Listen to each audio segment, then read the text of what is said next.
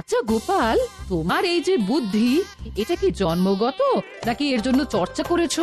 পদের ধাড়ি মন্ত্রীকে পেঁচে ফেলবার জন্য এটা একটা মক্ষম সুযোগ।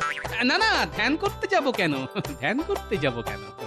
তবে রোজ গোটা 25 করে কাঁচা লঙ্কা চিবিয়ে খাই। কাঁচা লঙ্কা চিবিয়ে খেলে বুদ্ধি বাড়ে বুঝি? আমি তো তার জলজান্ত প্রমাণ, মন্ত্রী মশাই। তাহলে মন্ত্রী কাঁচা লঙ্কা চিবিয়ে খেয়ে দেখবে নাকি?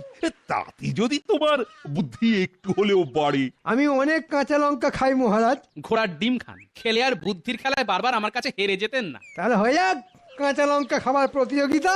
তবে যে সে কাঁচা লঙ্কা খেলে হবে না, খেতে হবে আমার শ্বশুর বাড়ির গাছের লঙ্কা। কি বলবো, যা ঝাল না! ঠিক আছে ঠিক আছে, আমাকে এই ঝালের ভয় দেখিও না। আনো আনো তোমার শ্বশুর বাড়ির কাঁচা লঙ্কা। আজ এতগুলো মানুষের সামনে দাঁড়িয়ে বলছি, তুমি যটা খাবে আমি তার থেকে একটা হলে বেশি খাবো।